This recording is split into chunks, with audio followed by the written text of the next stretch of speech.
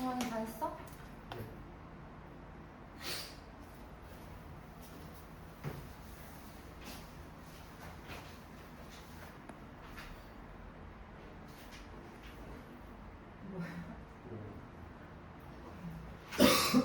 놓쳤다. 들리거든 아니야?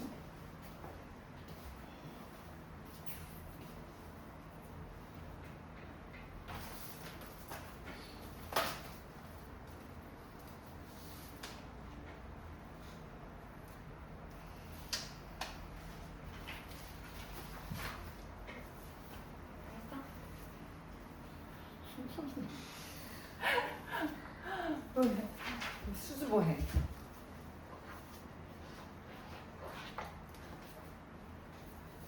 역시 내가 키웠어.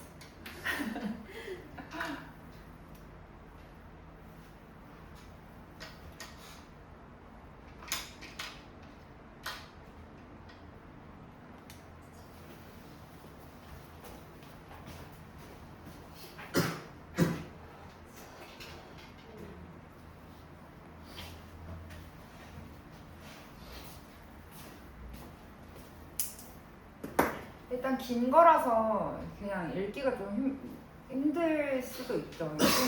요즘 친구들은 시가 더 좋대. 짧아서.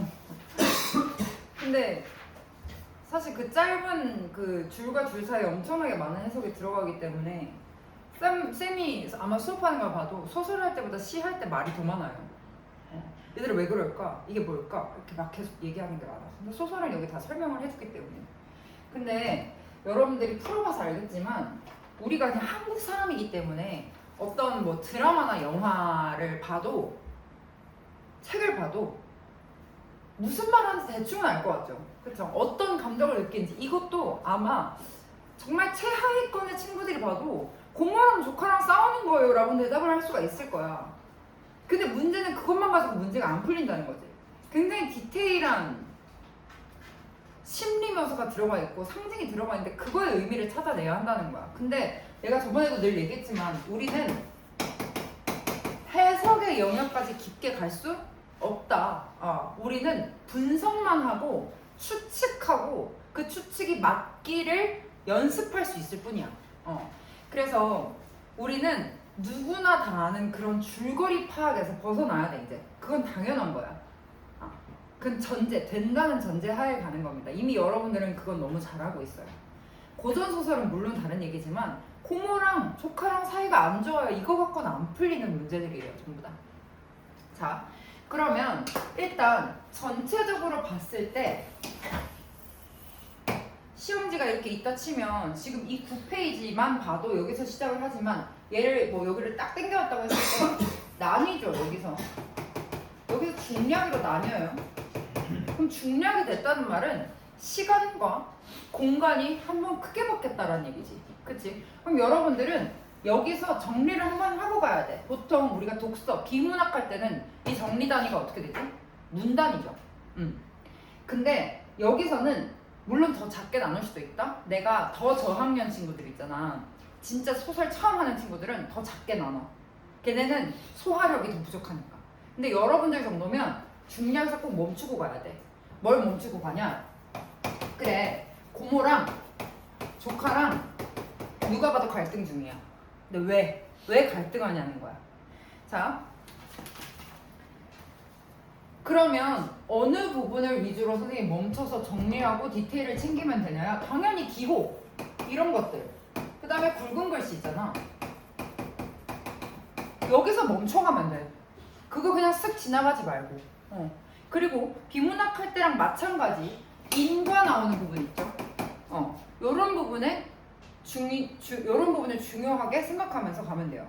자, 무슨 말이냐면 소설에서 나오는 모든 인물의 행동과 말은 이유가 있어요. 우리 일상에서는 그냥 말하기도 해. 예를 들면 선생님이 그냥 뭐 이렇게 손을 한다 쳐. 선생님 이거 왜 그래요? 몰라 나도. 이유를 타고 가다 보면 찾을 수 있겠지. 근데 소설에서 인물이 이렇게 한다? 그럼 반드시 이유가 근처에 있어요. 손톱을 뜯는다? 뭘까요? 이유가? 초조하다. 자꾸 밖을 본다? 기다리는 사람이 있다. 근데 우리 현실에서 밖을 보면 멍 때린다. 뭐 여러 가지 이유가 있을 수 있겠지만 소설에서는 훨씬 더 명확한 의도를 가지고 인물들이 행동한단 말이야. 그리고 말도 똑같아. 왜 굳이 그 단어를 했을까? 작가가 골라서 그 대사를 썼을 거 아니에요. 그러면 거기에 대한 의도가 근처에 있을 거라고 생각하면서 읽습니다. 자, 어머니와 나라고 했으니까 고모가 나네요. 여기서 우리 하나 챙깁시다. 1인칭이에요? 3인칭이에요? 1인칭이에요. 근데 수능 모의고사에서는 촌스럽게 1인칭, 3인칭 안 써요. 서술자가 작품 속에 있나 밖에 있나 이런 말로 써요. 작품 속에 있어요? 밖에 있어요? 속에 있어요. 그리고 심지어 작품의 주요한 등장인물로 등장을 해서 자기 이야기를 합니다. 똑같은 얘기죠. 속에 나온다는 것과 등장인물로 나온다는 것은. 자, 이 사람은 훈이라는 조카가 한 번도 대단한 사람이 되길 바란 적이 없대. 뭐 하길 바랬대? 첫 번째 단락을 보니까 공휴일 날, 오늘 같은 날, 빨간 날 카메라 들고 나가서 뭐 하는? 야외에 나가서 그냥 공원 가서 사진 찍고 노는 사람 정도. 정말 대단한 사람 말고. 자, 그러면 제목이 카메라 워커잖아.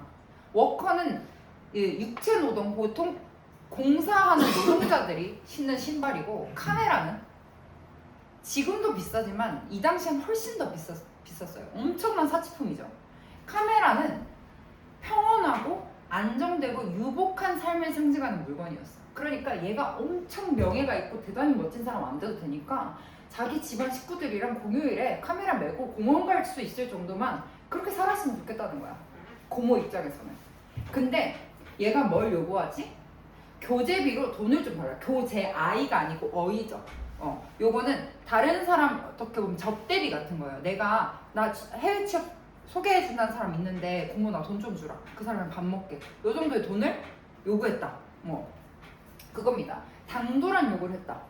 그냥 요구 말고 당돌한 요구라고 하네. 당돌하다는 게 무슨 뜻이에요? 맹랑한 거지. 그치? 그러면 여기 이 당돌한에서 벌써 고모가 훈이를 바라보는 태도가 드러나. 고모 나 해외 취업할 건데 돈 좀 줘. 라는 게 마음에 든다 안 든다? 안 들어. 자, 근데 조카 훈이가 뭐라고 해? 기억에서?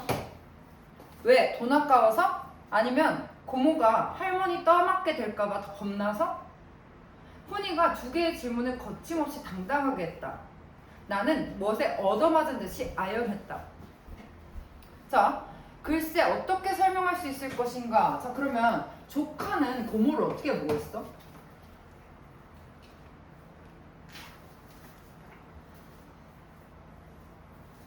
고모는 조카를 굉장히 지금 어떻게 평범하게 뭐 어떻게 보면 굉장히 아끼고 애착하는 것 같아 보이지. 근데 조카는 우리가 봐도 지금 좀 약간 뭐야? 고모한테 버릇이 왜 이래? 싶잖아. 조카가 고모를 보는 태도는 어때요?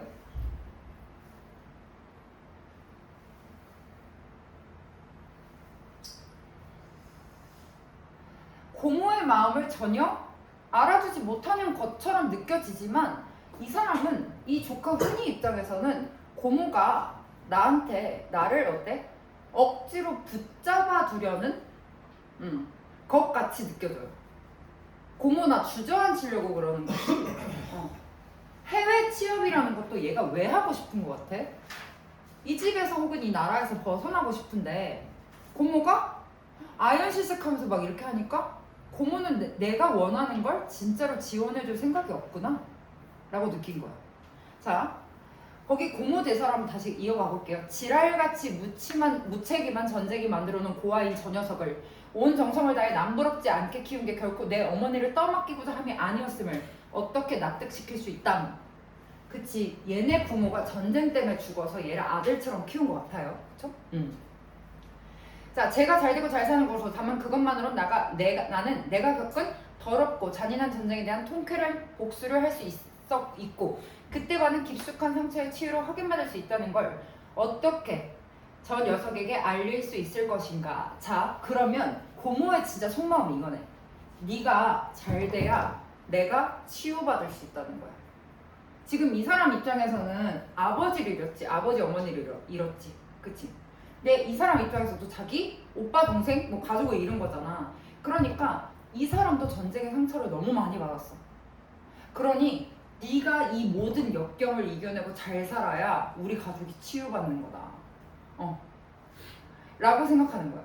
나는 그 녀석을 똑바로 바라봤다. 그 녀석도 나를 똑바로 바라봤다. 이 니은의 행동. 지금 기억도 니은도 훈이가 한 거예요. 맞죠? 그럼 왜 이렇게 봤을까? 우리 멈춰서 생각해보자. 왜 이렇게 똑바로 봤어? 고모가 그냥 똑바로 보니까? 고모가 먼저 눈 안 깔고 이라고 하면 너무 좀 그러나? 고모가 나 똑바로 봤으니까 나도 똑같이 할래 이게 아니라 지지 않겠다는 거, 뜻을 굽히지 않겠다는 거지. 그치? 시선이 강하게 부딪혔으나 나는 단절감을 느꼈다. 해외 취업 당분간 보류하렴. 그리고 뒷문으로 통하는 길을 알아봐야겠다.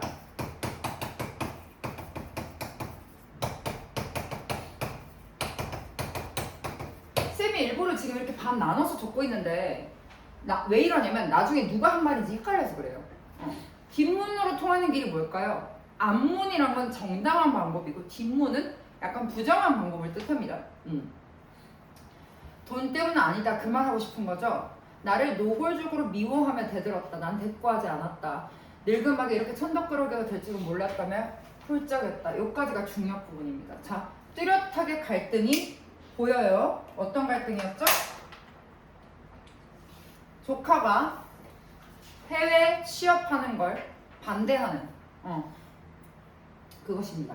그리고 그 이후 심리적인 팽팽한 긴장 상황이 왔어요. 자, 중요한 부분 줄거리 어때요?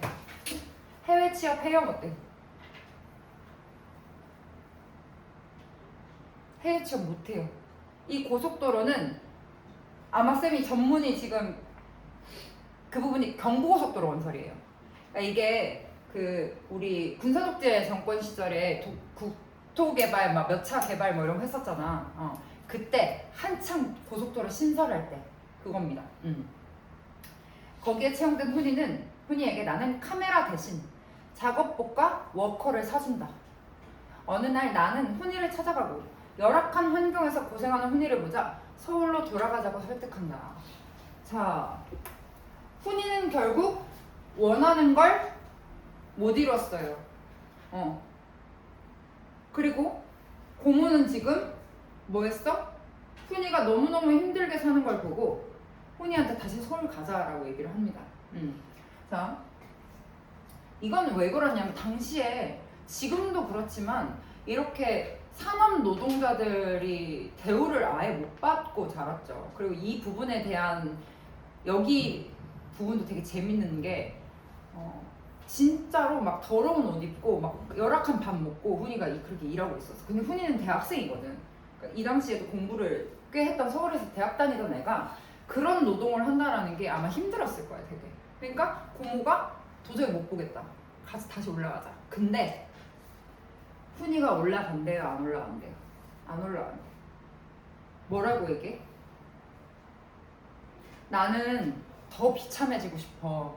그래서 고모나 할머니가 철석같이 믿고 있는 기술이니 정직이니 근면이니 하는 것이 결국 어떤 보상이 되어 돌아오나를 똑똑히 확인하고 싶어.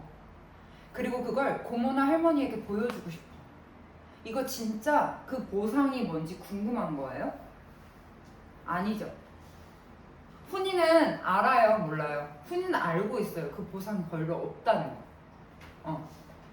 열심히 노력해도 뭔가 안 된다는 거, 되게 무력한 상태에 빠져 있어. 근데 고모는 자꾸 어때? 열심히 근면성실하게 노력해서 가정 이루고 카메라 사서 공휴일에 놀러가는 아이가 되라 라고 얘기하는데 그런 거 안 된다고요. 그래서 나는 진짜 더 비참해져서 사실 속뜻은 뭐야? 고모랑 할머니가 틀렸다는 거 나 증명하고 싶어. 이거예요. 자, 그래서 그거 우리한테 보여줘서 어쩌겠다는 거야? 복수하겠다는 거야? 근데 훈이가 뭐라고 얘기해?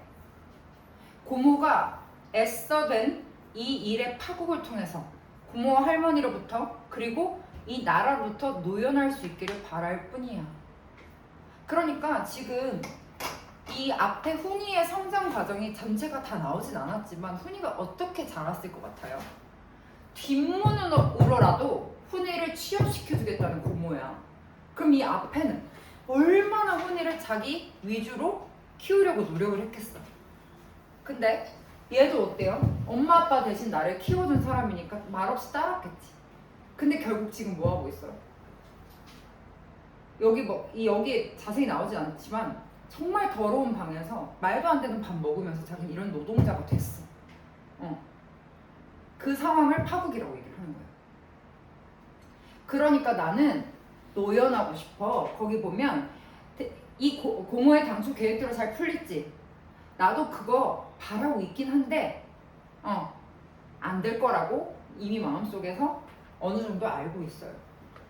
그렇지만 고모 잘 되게 하려고 너무 급하게 굴지 마. 디귿도 누가 한 말이에요? 훈이가 한 말이죠. 그쵸? 너무 잘 되게 하려고 급하게 굴지 마. 뒷돈 쓰고 빌붙고 하느라 돈 없애고 자존심 상하게 하지 말란 말이야. 여기서 임시직 신세로 3, 4년 현장으로만 굴러다니는 친구가 수두룩해. 회사 측으로서는 훌륭한 경영 합리화지. 자, 이 뒷문으로 통하는 길 이게 뭐였을 것 같아요? 보니까 야 현장직으로 3, 4년만 있으면 본사에 넣어줄게. 이거였던 것 같아. 근데 본사 입장에서는 애초에 그럴 마음이 없었고 뒷돈만 받아먹을 생각이었던 것 같아. 근데 훈이는 안 거야. 여기 이쪽에 있어 보니까. 고모 쓸데없는 돈 쓰지 마. 안 돼. 회사 입장에서는 그게 이득이지. 이거 훌륭하다라는 거? 그럼 진심이에요? 반어예요? 반어죠. 자.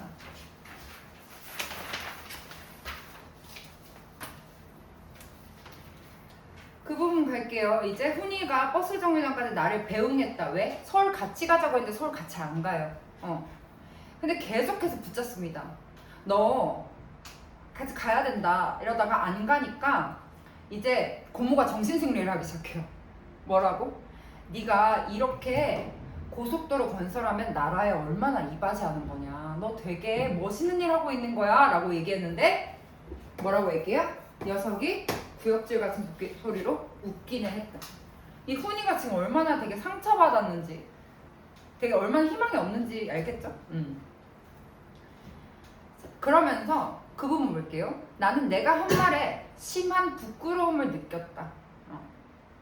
그래서 보면 우리가 한 세대가 30년이라고 얘기를 하잖아요. 여러분들도 여러분 고모랑 몇 살 정도 차이 나요? 뭐 막내 고모는 좀 집안마다 사정이 조금 다르겠지만 너네 엄마 아빠랑 거의 30년 차이 나죠. 그치?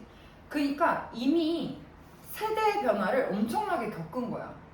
여기서 실제로 박완서 선생님이 전쟁을 정통으로 통과한 세대의 사람이거든. 그러면 이 당시에 한 4, 50대라고 치면 20대랑 벌써 큰 차이가 있는 거죠. 70년대 4, 50대면 이 당시에 태어난 전후에 확실히 태어난 이 친구들이랑은 인식 자체가 완전 다른. 그러니까 내가 훈이를 위하고 있다고 생각했던 행동들이 사실 훈이를 말려 죽이고 있었던 거예요. 자, 그다음 그 부분 볼게. 나는 그게 보기 싫어 먼 딴 데를 바라보았다. 그게 뭔데? 훈이의 워커예요.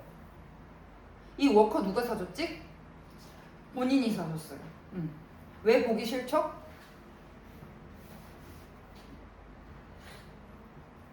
내가 저 아이를 지금 다 망쳐버린 것 같은 죄책감 때문에 보기 싫겠죠? 자, 좀 내려올게요. 굵은 글씨 한번 갑시다.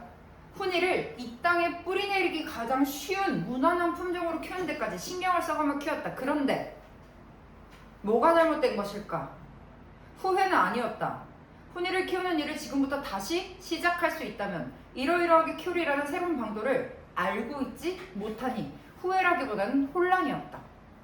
자, 그럼 고모 입장에서 어때? 열심히 키운다고 키웠는데 키운 방법이 잘못됐다는 걸 깨달았죠? 그쵸? 너무 안타깝지. 이 시대 때 이 사람들이. 훈이도 불쌍하고 고모도 불쌍해. 고모 자신의 삶도 못 살고 여기서 보면 고모도 자기 자식이 있어요. 근데 자기 자식보다 더 열심히 키웠어. 왜냐면 더 마음이 쓰이니까. 왜냐면 자기 자식들은 부모가 있잖아 그래도. 근데 얘는 부모가 없으니까 더 마음이 쓰이니까 무난하게 살게 하고 싶었던 거야. 왜냐면 이 이전에 무난하지 않았던 사람들은 보통 어땠어? 데모를 하거나 전쟁에 참여하거나 이런 어떻게 보면 되게 위험에 노출이 많이 되었단 말이에요. 무난하지 않은 사람들은 역사적으로. 그러니까 무난하고 그냥 평범하게 자기 가족들 잘 지키면서 사는 가장이 되기를 원했던 거지. 그게 봤을 때는 고모가 봤을 때 가장 이상적인 삶이야. 잠시만 기다려.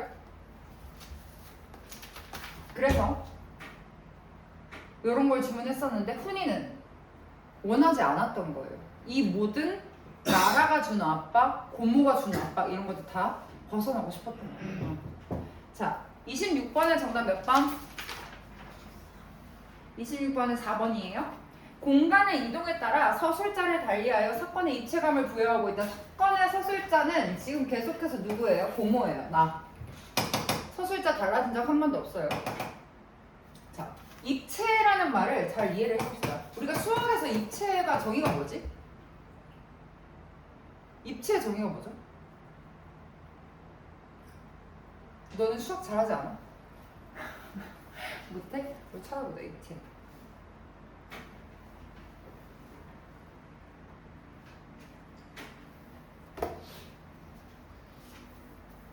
그러니까 선이나 뭐 평면으로 둘러싸인 걸 입체라고 하잖아. 이 선이나 평면은 어떻게 만들어지는데? 다 이 점 두 개 이상의 점들로 만들어지잖아. 그러면 어떤 문학 작품이나 인물이 입체적이란 건 점들을 여러 데서 볼 수 있도록 만들어지면 입체적이야. 우리가 예를 들어 어떤 사건을 여러 명이 보면, 세 명이 보면 꼭지점 세 개가 생기는 거야. 그럼 입체가 되겠지, 그치? 그리고 과거에서 현재까지 이렇게 이 시간 순서대로 화살표 하나만 그리는 게 아니라 여기서도 보고 다시 돌아가서 보고 갔다가 여기서도 본다면 점이 세 개 찍히지 또. 그러면 입체적이게 되는 거야. 그리고 또 어떤 사람이 굉장히 착한 일도 했다가 나쁜 일도 하는 걸 보여주면 성격의 점이 두 개 이상 찍혀요. 그럼 입체라고 얘기를 하는 거야. 그래서 국어에서 평면이다 입체다라고 얘기를 하는 건 이 사람의 꼭지점을 여러 개 만들어주는 거예요. 자, 그러니까 입체감을 부여하고 있다. 서술자 달라지지 않아요. 인물의 내면과 대조되는 배경 묘사 어딨죠? 배웅하고 버스 타고 오는 부분이에요. 논의 벼는 비단폭처럼 선연하게 푸르고 옥수수밭은 비로드처럼 푸르고 웅장하고 개울을 이루고 아름다운 고장이다. 이 땅 어두고 아름답지 않은 곳이 있으랴. 이게 대조되죠. 자, 그러면 생각해봐. 지금 인물은 속이 썩어나요. 근데 왜 작가는 이렇게 묘사했을까? 이러면 어떤 효과가 있을까? 그러니까 배경을 묘사할 때 두 가지 방법이 있겠죠. 크게 이 사람의 내면과 비슷하게 묘사하는 방법과 완전 반대로 묘사하는 방법. 이건 후자예요. 왜 이랬을까요?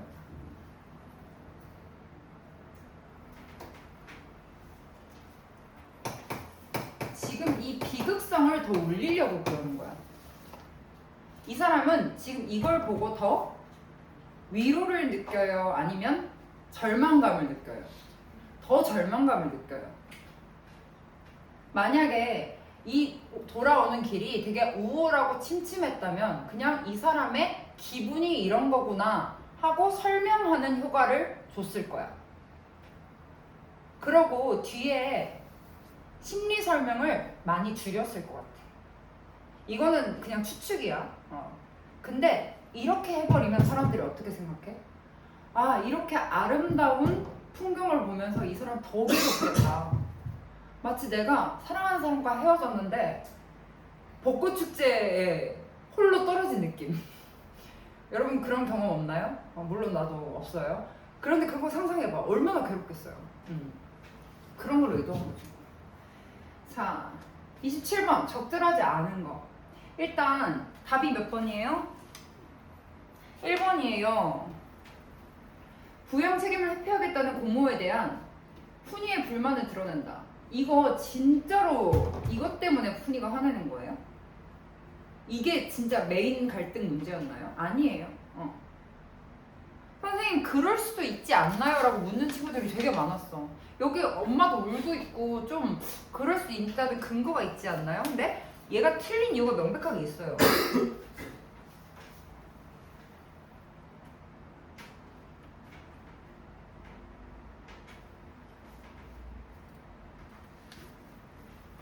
푸니가 진짜 싫었던 건 그거예요.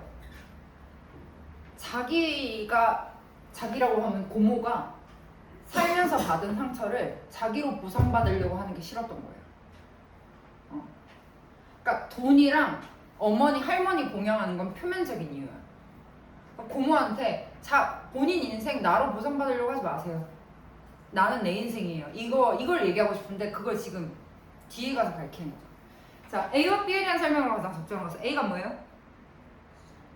B는? 정답 몇 번?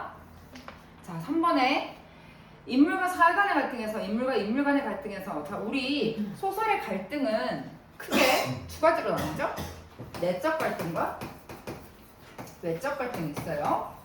내적은 말 그대로 인물 안에서 일어나는 갈등인데 갈등을 여러분들 크게 생각하지 말고 원하는 것이 두 개가 부딪히면 근데 그게 동시에 이루어질 수 없으면 갈등이라고 불러요. 내적 갈등 뭐 예를 들면 내가 이 똑같은 12시부터 3시에 영화를 보러 가야 된다 학원을 와야 된다 두 개 동시에 못해요. 이럴 때 우리는 내적 갈등이라고 해. 외적 갈등은 조금 더 명확하게 보이죠. 개인과 개인 이 우리 중량 이전에서 명확하게 드러나듯이 요거 그 다음에 개인과 사회 제도로 나랑 안 맞는 거야. 의무 교육을 꼭 받아야 되는데 고등학교 중학교까지 근데 난 너무 싫어 이런 거. 그 다음에 또 뭐 있을까? 운명 간의 갈등도 있어요. 자연이라고 표현하기도 하는데 그냥 내가 어찌할 수 없는 것들 있잖아. 갑자기 산사태가 덮쳤어. 가뭄이 왔어. 그거에서 벗어나려고 이겨내려고 하는 사람.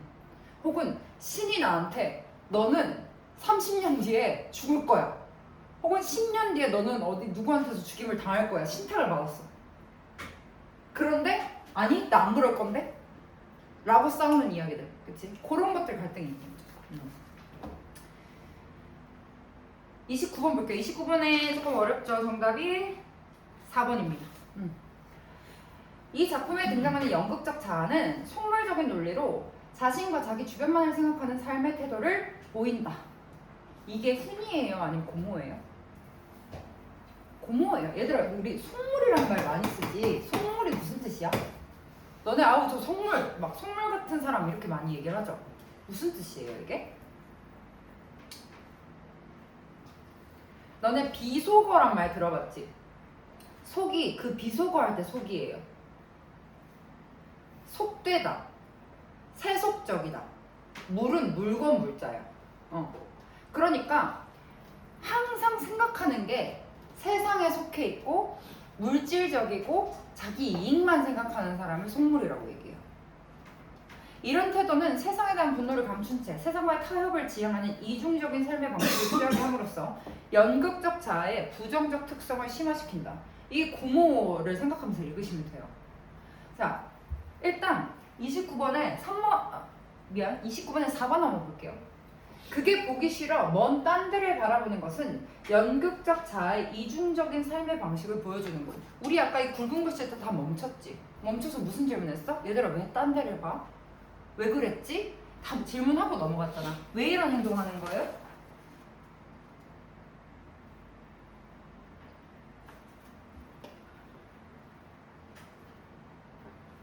이중적 삶의 방식을 보여주는 게 아니라 지금 불편함을 온몸으로 보여주고 있는 거예요.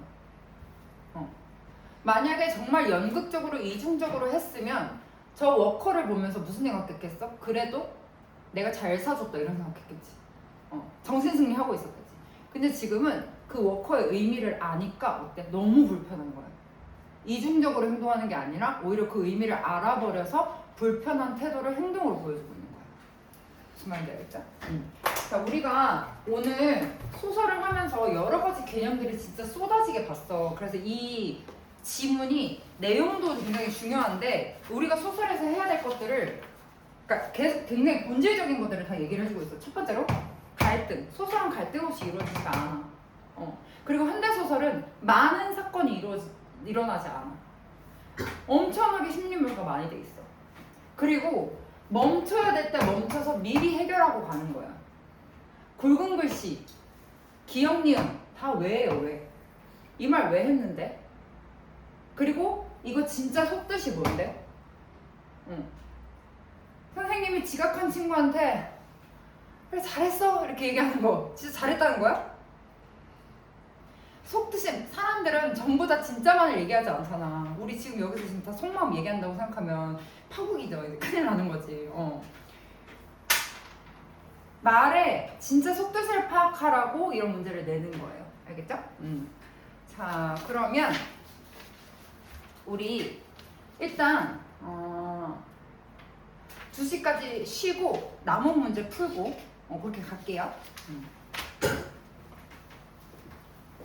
상황이